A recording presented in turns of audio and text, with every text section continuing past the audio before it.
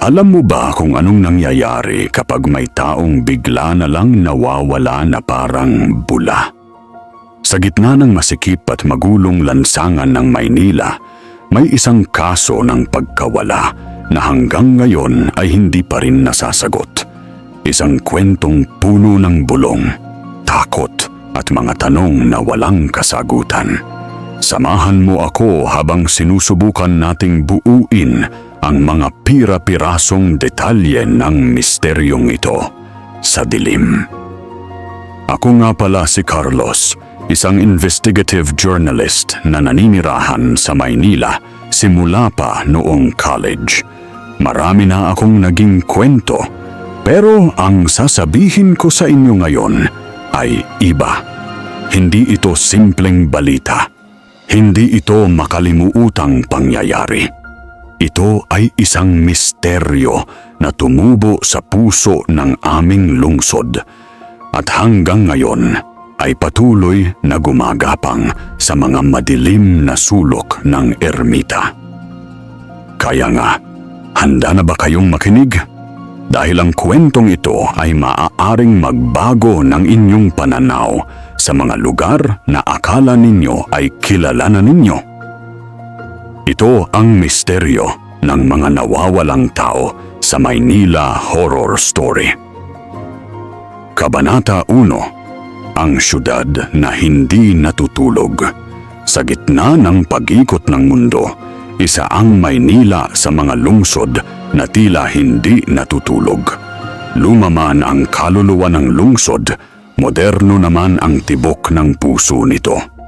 Makikita mo ito sa bawat kanto, mga lumang gusali na nakikipagsiksikan sa mga bagong tayo, mga jeepney na tumutunog kasama ng mga modernong kotse, at mga taong nagmamadaling umuwi sa kanilang mga tahanan. Pero sa lahat ng distrito ng Maynila, may isang lugar na tila may sariling personalidad. Ermita, isang lugar ng kalakalan, kasaysayan, at kung tutuusin, mga kababalaghan din. Dito makikita mo ang University Belt, mga opisina, mga hotel na matatagpuan ng mga turista, at mga tindahan na bukas hanggang madaling araw. Maraming kwentong nakalibing sa ilalim ng konkretong kalsada ng ermitang ito. Mga kwentong minsan ay nagiging alamat, minsan naman ay nagiging katotohanan na hindi mo inasahan. Noong Oktubre ng taong 2021, dito sa lugar na ito nagsimula ang isang kwentong magbabago sa aking karera bilang journalist. Hindi ko inasahan na ang simpleng missing person case na ito ay magiging simula ng isang investigation na magpapatanong sa akin tungkol sa mga bagay na hindi ko noon pinaniniwalaan. Isa sa mga kwentong iyon ay ang biglaang pagkawala ni Michelle Ignacio, isang artistang puno ng pangarap. Pero bago natin pag-usapan si Michelle, kailangan natin maunawaan ang kalikasan ng lugar kung saan siya huling nakita. Ermita sa gabi ay kakaiba. Parang may dalawang mukha ang araw na Michelle Ignacio na puno ng buhay at sigla, at ang gabi na tahimik ngunit may kasamang hindi matukoy na tensyon. Mga ilaw ng mga sasakyan ang tanging nagbibigay liwanag sa mga kalsada, at mga tunog ng lungsod ang tanging kasama ng mga taong naglalakad sa mga madilim na daanan. Sa mga ganitong gabi, maraming mga istorya ang nabubuo. Mga istorya na minsan ay hindi mo alam kung totoo o katang-isip lang. Pero ang tungkol kay Michelle, ito ay totoo. At ang katotohanan dito ay mas nakakatakot pa sa anumang katang-isip. Bago natin ipagpatuloy ang kwento, hayaan ninyo akong ikwento sa inyo kung paano ko nakilala ang kaso ni Michelle. at kung bakit ito naging mahalagang bahagi ng aking buhay bilang isang mamamahayag. Kabanata 2. Buhay na naputol sa gitna. Ako nga ulit si Carlos, isang freelance journalist na nakabatay sa Maynila.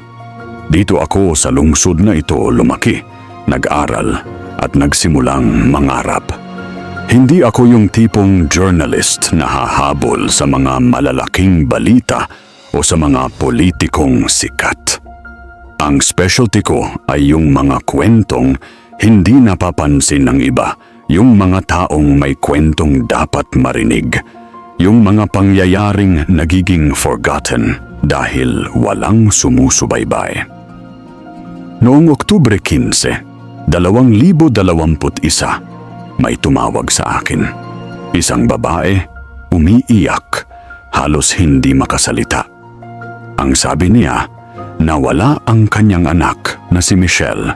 Sabi pa niya, walang gustong tumulong sa kanila dahil 2 araw pa lang naman daw ang nakalipas.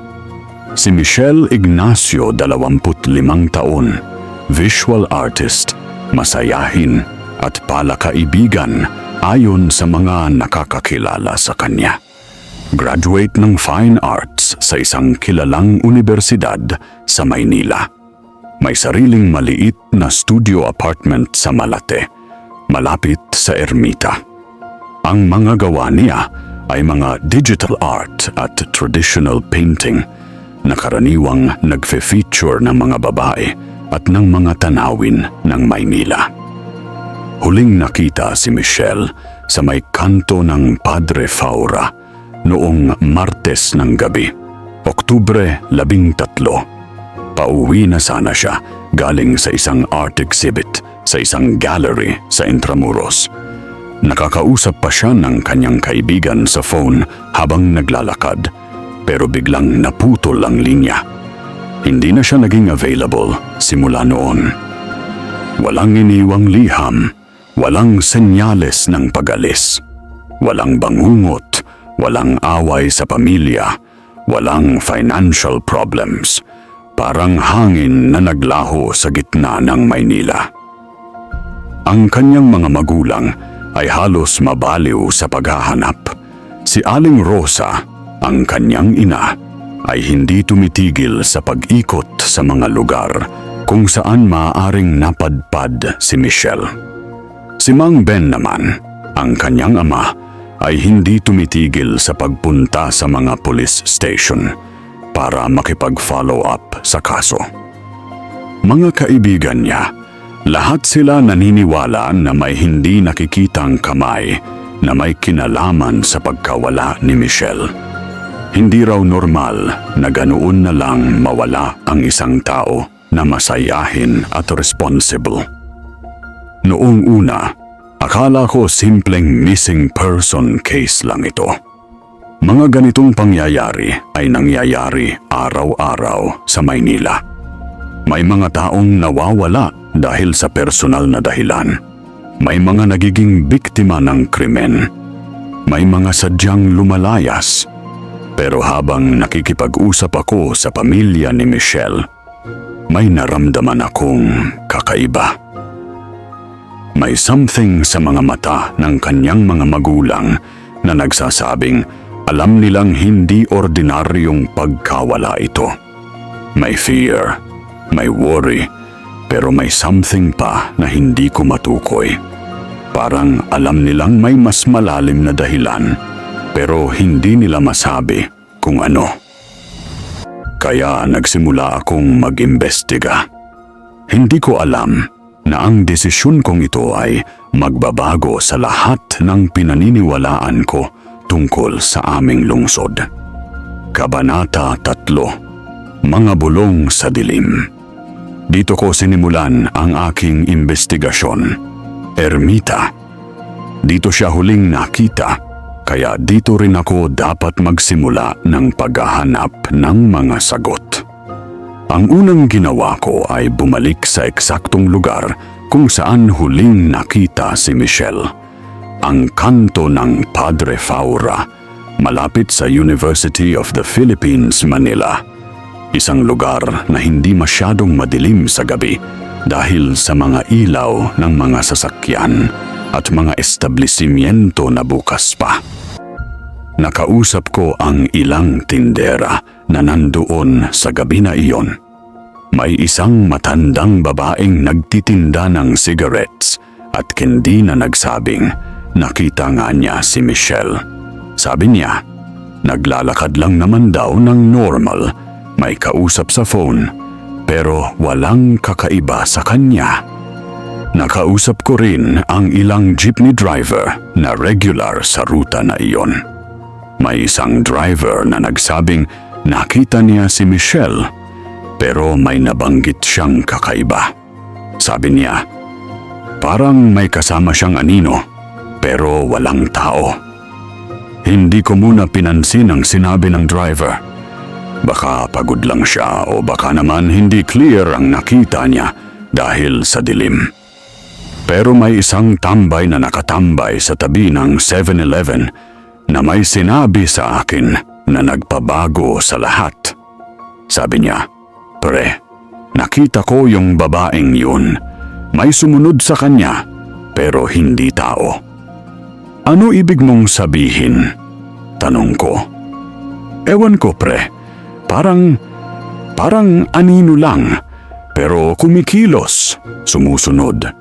Nakikita ko sa peripheral vision ko, pero kapag tiningnan ko directly, wala. Walang CCTV sa eksaktong lugar na iyon.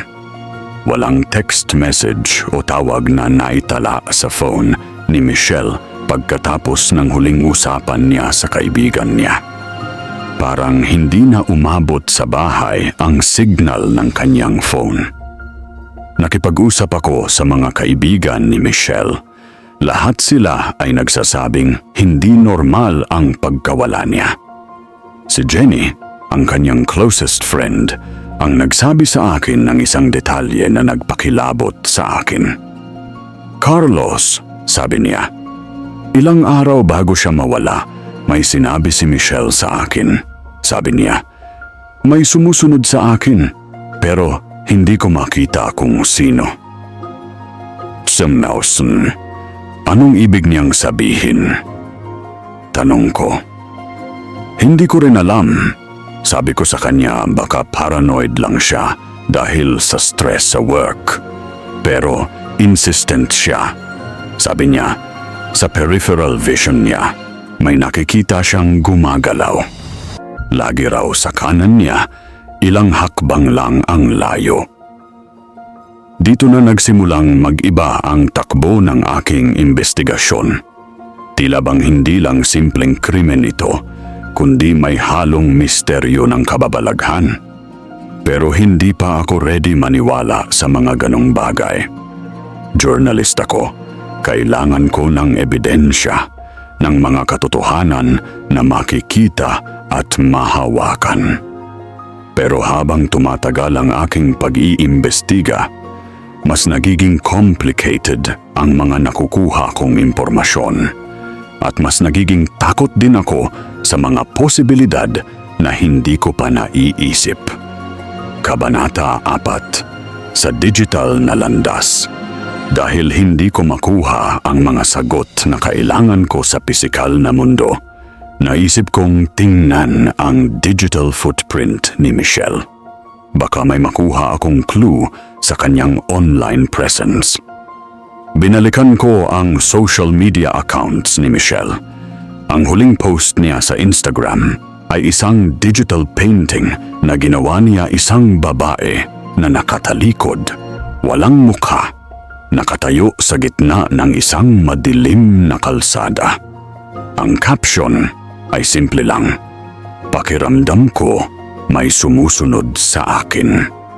Hindi unusual na mag-post si Michelle ng kanyang mga artwork.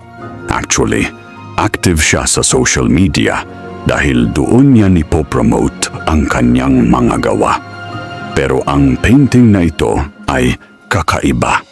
Hindi tulad ng usual niyang mga artwork na colorful at masaya. Ito ay dark at may kasamang feeling ng takot. Nakipag-ugnayan ako sa isang kakilala kong cyber forensics expert, si Mark. Sabi ko sa kanya kung pwede niyang tingnan ang mga accounts ni Michelle, baka may makitang unusual activity. Ang natuklasan ni Mark ay nagpabago sa lahat. May mga private messages na biglang na-delete sa lahat ng social media accounts ni Michelle bago siya mawala. Hindi normal deletion ito na ginagawa ng user mismo. Parang may external force na nag-delete ng mga messages na ito. Carlos, sabi ni Mark, ito ay hindi normal. Para bang may nag-access sa accounts niya at sinisiguro na walang matitira na traces ng mga conversation niya.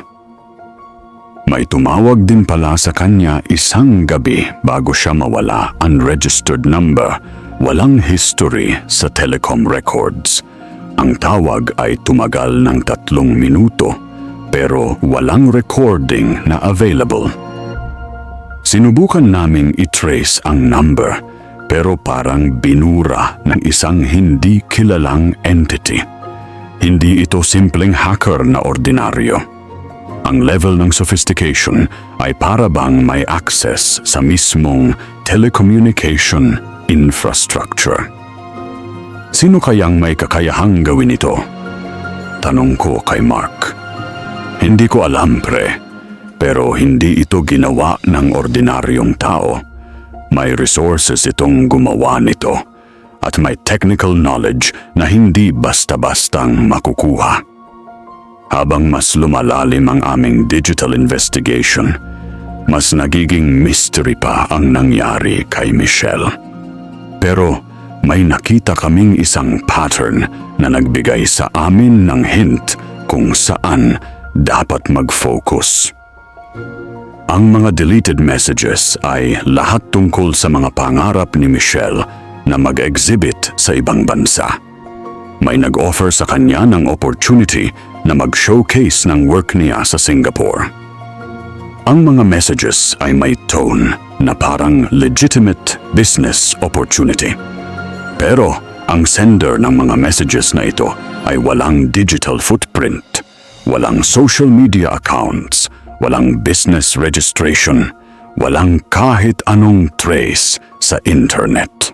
Habang binabasa namin ang mga recovered fragments ng mga messages, may naramdaman akong kilabot na bumabalot sa akin. Parang may mali sa mga salitang ginagamit ng sender. Hindi natural ang way ng pag-construct ng mga sentences. Parang hindi tao ang nagsulat. At sa punto na iyon, nagsimula na akong tanggapin na ang kaso ni Michelle ay hindi ordinaryong missing person case. May something paranormal o at least supernatural na nangyari sa kanya. Kabanata 5. Patuloy ang paghahanap. 3 taon na ang lumipas simula nang mawala si Michelle. 3 taon na rin akong patuloy na nag-iimbestiga sa kaso niya, pero wala pa ring concrete na sagot. Sa loob ng 3 taong iyon, marami akong natutunan tungkol sa mga kababalaghan sa Maynila. Hindi pala bago ang mga ganitong pangyayari. May mga tao na nagsha-share sa akin ng mga similar experiences, pero lahat sila ay takot na mag-come forward officially. May isang matandang lalaki na nakatira sa ermita simula pa noong 1970 na nagsabi sa akin ng isang bagay na nagbago sa direksyon ng aking investigasyon. Anak, sabi niya sa akin, hindi bago ang mga ganitong pangyayari dito sa lugar na ito. Simula pa noong bata ako, may mga kwento na ng mga taong nawawala sa ganyang paraan. Anong paraan, tatang? Tanong ko. Yung mga babae, lalo na yung mga artist, yung mga may creative mind, parang may humuhila sa kanila Parang may tumatawag sa kanila na hindi natin nakikita. Sinabi rin niya sa akin na noong mga 1980, may babae ring nawala sa parehong lugar. Artist din, parehong edad kay Michelle, parehong circumstances, wala rin siyang naging balita. Sa kabila ng lahat ng efforts ko sa digital at pisikal na mundo, tila ba kinain si Michelle ng lungsod mismo. Naging isa siyang alaala na hindi matahimik, isang tanong na hindi masagot sa puso ng mga taong nakilala siya. Ako si Carlos at sa bawat panibagong gabi na bumabalik ako sa ermita para magpatrol o mag-observe, muling bumabalik sa isip ko ang kanyang ngiti na nakita ko sa mga pictures at ang kanyang mga mata sa last Instagram post niya na tila may gustong sabihin bago siya tuluyang nawala. Hindi ko matanggap na ganoon na lang mawawala si Michelle. Hindi ko matanggap na walang justice na matatamasa ang kanyang pamilya. Kaya patuloy pa rin akong nag-iimbestiga. Kahit minsan ay napapaisip na ako kung tama ba ang mga desisyon ko. At marahil, hindi lang si Michelle ang nawawala sa ganitong paraan. Isa lang siya sa mga boses na hindi na natin naririnig dahil nalunod na sila sa ingay ng Maynila. Isa lang siya sa mga kwentong dapat nating malaman. Pero tinatatakpan ng mga normal na pangyayari sa araw-araw. Pero ang alam ko, hindi ako titigil. Hindi ako titigil hanggang hindi ko natutuklasan ang katotohanan tungkol sa nangyari kay Michelle Ignacio. Kabanata 6. Ang lihim ng lungsod. Sa patuloy kong pag-iimbestiga, may napansin akong pattern na hindi ko inasahan. Bawat ilang taon, may nawawala sa parehong lugar na may kaparehong circumstances. Mga babae, mga artist, mga taong may creative potential na hindi pa fully na-realize. Nakahanap ako ng lumang artikulo sa Manila Bulletin Archives noong 1977. May babaeng nawawala rin sa ermita. Si Clara Santos, 24 years old, painter. Huling nakita sa may Padre Faura, walang bakas na naiwan. Kahawig pa ni Michelle sa physical appearance morena, matangkad, may artistic na aura. Noong 1985, si Angela Cruz, 26 na taong gulang, sculptor. Same area, same circumstances. Noong 1974, si Teresa Villanueva, 25 taong gulang, poet at visual artist. Lahat sila ay nawawala sa parehong dekada interval, lahat sa parehong lugar. Lahat ay mga artistang babae na nasa prime ng kanilang creative life. May connection ba ito sa isang kulto? Sa isang kriminal na organization na may espesipikong target? O sa isang lumang alamat ng Maynila na tinatawag nilang mga anino sa ermita? Naging desperate na ako sa paghahanap ng sagot. Kaya napunta ako sa mga lugar na hindi ko naisip na puntahan dati. Nagpunta ako sa Quiapo, sa mga manghuhula, sa mga albularyo, sa mga taong may connection sa spiritual world ng Maynila. Huli kong nakausap ang isang matandang albularyo sa may Quiapo Church. Matanda na siya, mga 80 taong gulang. Pero ang mga mata niya ay parang nakakakita pa rin ng mga bagay na hindi namin ordinary people ay nakikita. Anak, sabi niya sa akin pagkatapos kong ikwento ang kaso ni Michelle, matagal ko na itong alam. May mga nilalang sa pagitan ng liwanag at dilim na nakikipamuhay sa aming lungsod. Anong nilalang, nanay? Tanong ko. Hindi mo sila makikita ng direkta. Nasa peripheral vision lang sila. Kumikilos sa mga shadows, sa mga spaces na hindi napapansin ng mga tao.